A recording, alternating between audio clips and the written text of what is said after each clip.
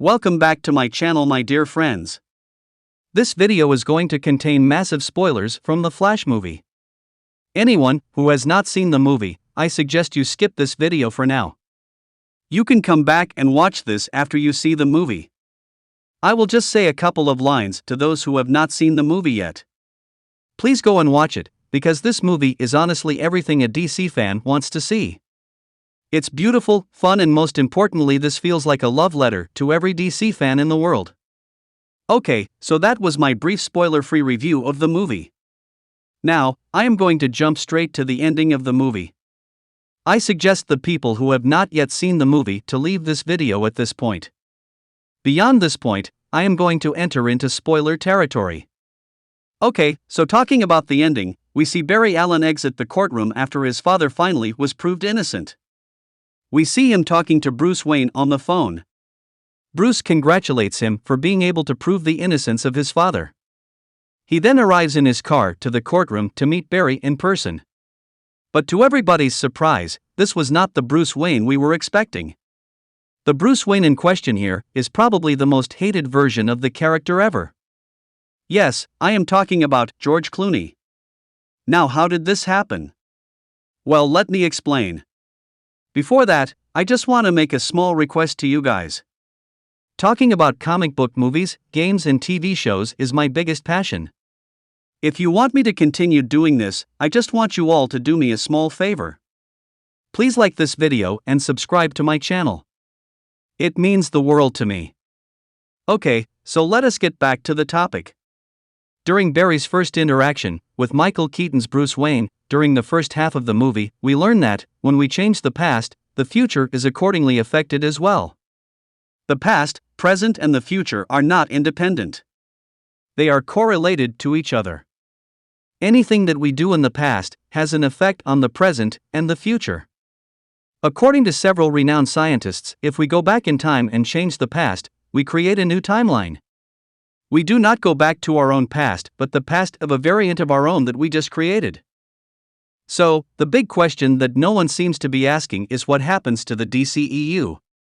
Barry Allen of that universe has left and entered into a different universe.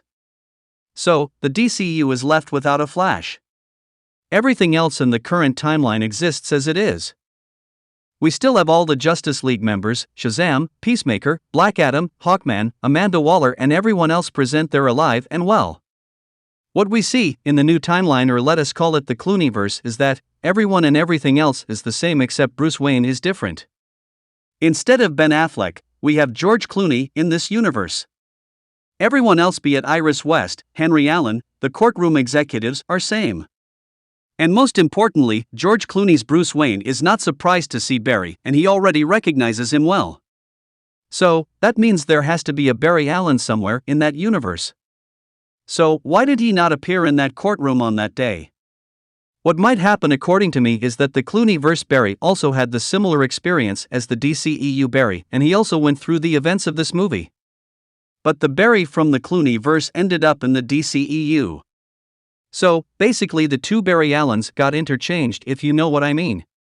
Now, what can James Gunn and Warner Brothers do at this point and take it forward from here? There are few different options. The most obvious possibility is that the new DCU starts from where the Flash movie ended.